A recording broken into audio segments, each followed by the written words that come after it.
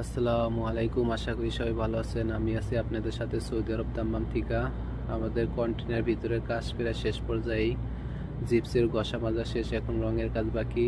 এখানে দুটো বেসিং বসবে হাত ধোয়ার জন্য, উজু করার জন্য। এটা টয়লেট। আসলে গরমের ভিতরে কাজ করা খুবই কঠিন, এখানে প্রচুর গরম। এখন আমাদের অনেক কাজ বাকি আছে, নিচে টাইলস লাগানো বাকি আছে, তারপরে রঙের কাজ বাকি আছে, তারপরে আরো অনেক কাজ বাকি আছে। এই যে রেডি হইতে আছে, রং করতে আছে অলরেডি। এই ছোট দুইটার ভিতরেও কাজ প্রায় শেষ পর্যায়ে।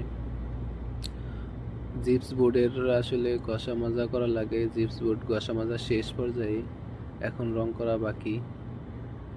এই ছোটটা ভিতরে, এটা ভিতরে স্টোর রুম হবে। এখানে ক্যামেরা বসবে, ক্যামেরার লাইন সব তার ভিতর দেওয়া যাবে, নিচ দেওয়া যাবে।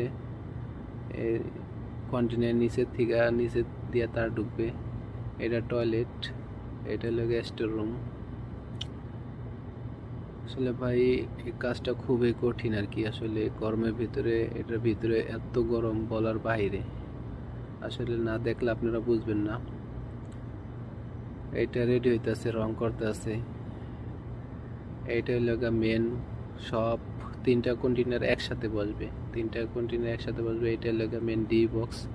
সব লাইন এখানে ঢুকবে, সব ভিতর দেয়া নিচ দিয়ে আসবে, কন্টেনার নিচ দিয়ে আসবে। এটা হলো মেন ডি বক্স। এখানে সব আউটলাইন, এখান থেকে যাবে সব কন্টেনারের লাইন, এসির লাইন, ক্যামেরার লাইন, সকেটের লাইন, লাইটের লাইন,